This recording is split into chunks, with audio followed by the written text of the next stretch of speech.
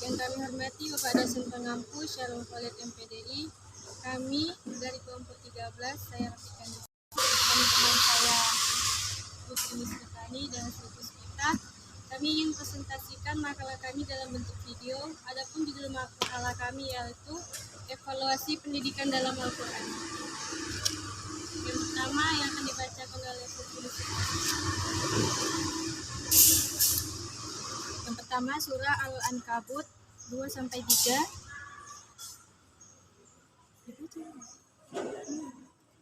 Bismillahirrahmanirrahim. Asiban nasu ayut rokul an yakulu amana wa hum la yuftadun walaqad fatanal ladzina min qablihim wa alaimana Allahul ladzina sadaqul wa la ya'lamanal kadzibin, yang artinya, apakah manusia itu mengira bahwa mereka dibiarkan saja mengatakan kami telah beriman, sedang mereka tidak diuji lagi, dan sesungguhnya kami telah menguji orang-orang yang sebelum mereka, maka sesungguhnya Allah mengetahui orang-orang yang benar-benar, dan sesungguhnya Dia mengetahui orang-orang dusta. Quran surah Al-Ankabut 2-3. 1. Makna ayat. Maksud ayat ini adalah bahwa melalui ayat ini Allah sendiri sadari dini sudah menyampaikan kepada kita bahwa masing-masing kita akan diuji, dan sudah seharusnya kita tidak kaget dan sudah siap atas bentuk model-model ujian yang akan diberikan olehnya. Salah satu bentuk ujian ini berupa gangguan dan siksaan dari kafir Quraisy terhadap para sahabat dan di masa awal-awal Islam. Sebut saja sahabat Ammar bin Yasir, Iyasi bin Abi Rabi'ah, Al-Walid dan Salamah bin Hisham. Menurut Syekh Nawawi Al-Batani, kejadian ini yang menjadi sebab nuzul ayat. Sudah sejak lama diketahui bahwa ayah dan ibu sahabat Ammar yang pada saat itu sedang hamil dibunuh oleh orang kafir di depannya langsung, sehingga peristiwa itu sempat membuat keimanannya goyah. Tidak begitu berbeda dengan siksaan yang diterima sahabat lainnya. 2. Asbabun nuzul. Pada ayat ini Allah bertanya kepada manusia yang telah mengaku beriman dengan mengucapkan kalimat syahadat, bahwa apakah mereka akan dibiarkan begitu saja mengakui keimanan tersebut tanpa lebih dahulu diuji. Tidak, malah setiap orang beriman harus diuji lebih dahulu sehingga dapat diketahui sampai di manakah mereka sabar dan tahan menerima ujian tersebut. 3. Tafsir ayat.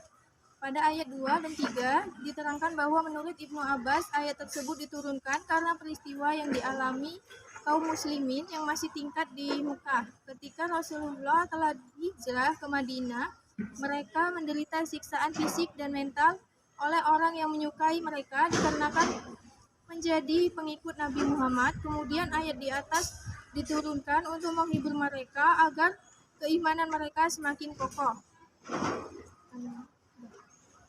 Yang keempat, kandungan pendidikan. Pada ayat 2-3 memuat nilai pendidikan karakter, yaitu tentang cobaan keimanan. Dalam tafsir Kementerian Agama dijelaskan pula dengan inti yang sama bahwa orang-orang berpegang teguh dengan keimanannya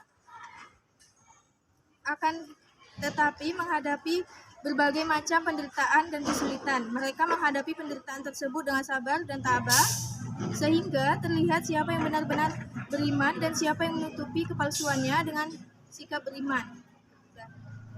Selanjutnya akan dibacakan di surah Al-Baqarah ayat 155 sampai 157.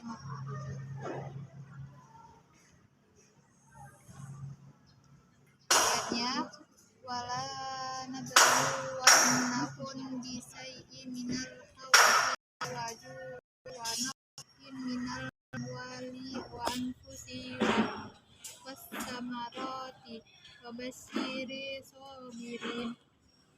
Ulaika alaihim sholawatu min rabbihim wa rahmatu wa ulaika humul muhtadun. Artinya, Dan kami pasti akan menguji kamu dengan sedikit ketakutan, kelaparan, kekurangan harta, jiwa, dan buah-buahan. Dan sampaikanlah kabar gembira kepada orang-orang yang sabar. Asbabun nuzul, dua tafsir. Kata Mustafa Al-Maraghi dan tafsirnya bahwa malapetaka dan musibah itu merupakan nikmat-nikmat Allah yang wajib disyukuri. Di antara musibah terbesar yang menimpa orang muslim adalah serangan yang dilakukan oleh orang-orang yang batil. Kaum ahli kitab juga melakukan serangan terhadap kaum muslimin berupa fitnah. Maka diperintahkan kepada hambanya untuk mengerjakan sholat dan sabar.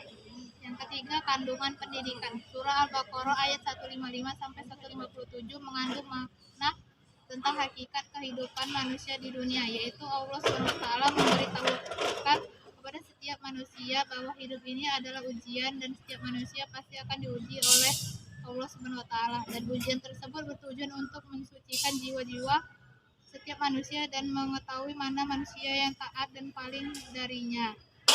Surah Al-Fajr ayat 15 sampai 16 dan surah Al-Mulk ayat 2. Surah Al-Mulk 15 sampai 16. Falamma insanu idza ma talahu rabbahu fasramahu wan najmatu yaqulu wa rabbihi akramani wa amma idza ma talahu faqadara alaihi rabbuhu fayaqulu rabbi ahanani. Artinya, maka hadapan manusia apabila Tuhan mengujinya lalu memuliakannya dan memberinya kesenangan, maka dia berkata, Tuhanku telah memuliakanku. Dan apabila Tuhan mengujinya lalu membatasi rezeki, maka ia berkata, Tuhanku menghinaku. Satu makna ayat. Surah Al-Fajr ayat 15-16 memiliki isi kandungan tentang sifat dasar orang kafir saat ia diberi kebahagiaan dan ditimpa kesusahan. Sifat tersebut yakni saat mereka mendapatkan kebahagiaan, mereka bergembira secara berlebihan, dan saat ditimpa kesusahan, mereka berputus asa. Yang kedua, Asbabun Nuzul, surah Al-Fajr ayat 15. Dalam ayat ini Allah mengungkapkan bahwa apabila Allah menguji manusia dengan diberinya kenikmatan dan melapangkan rezeki kepadanya, maka ia akan menyangka bahwa karunia ia merupakan penghormatan Allah baginya. Kemanapun timbul anggapan dalam hatinya bahwa Allah sama sekali tidak akan menghukumnya, sekalipun ia berbuat sekehendak hatinya. 3. Tafsir ayat. Ibnu Tafsir menafsirkan ayat tersebut bahwa sesungguhnya Allah mengingkari pernyataan orang-orang yang memandang bahwa ketika diluaskan rezeki, maka itu adalah kemuliaan. Sesungguhnya terkadang diluaskan rezeki sebagai bentuk ujian Allah pada hambanya. Kandungan pendidikan. Pada ayat ke-15 sampai 16, ia membuat nilai pendidikan karakter, yaitu bersyukur. Bersyukur berasal dari kata syakara yang artinya pujian atas kebaikan suatu hal. Nikmat sebagai suatu kesatuan yang kadang terbawa oleh syukur, berarti menggambarkan sebuah nikmat dalam benak untuk kemudian ditampakkan dalam wujud perilaku konkret yang nyata. Selanjutnya, B surah Al-Mulk ayat 2.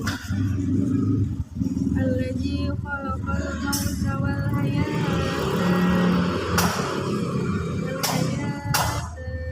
liyabluwakum ayyukum ahsanu amalan wa huwal azizul, yang artinya yang menciptakan mati dan hidup untuk menguji kamu, siapa di antara kamu yang lebih baik amalnya, dan Dia Maha Perkasa, Maha Pengampun. 1. Asbabun Nuzul. Kandungan surah Al-Mulk ayat 2 berkaitan dengan amal yang baik umat manusia. Amal yang baik tersebut mampu mendorong manusia memahami hakikat kehidupan di dunia. Asbabun Nuzul surah Al-Mulk ayat 2 juga untuk meningkatkan pemahaman tentang kematian.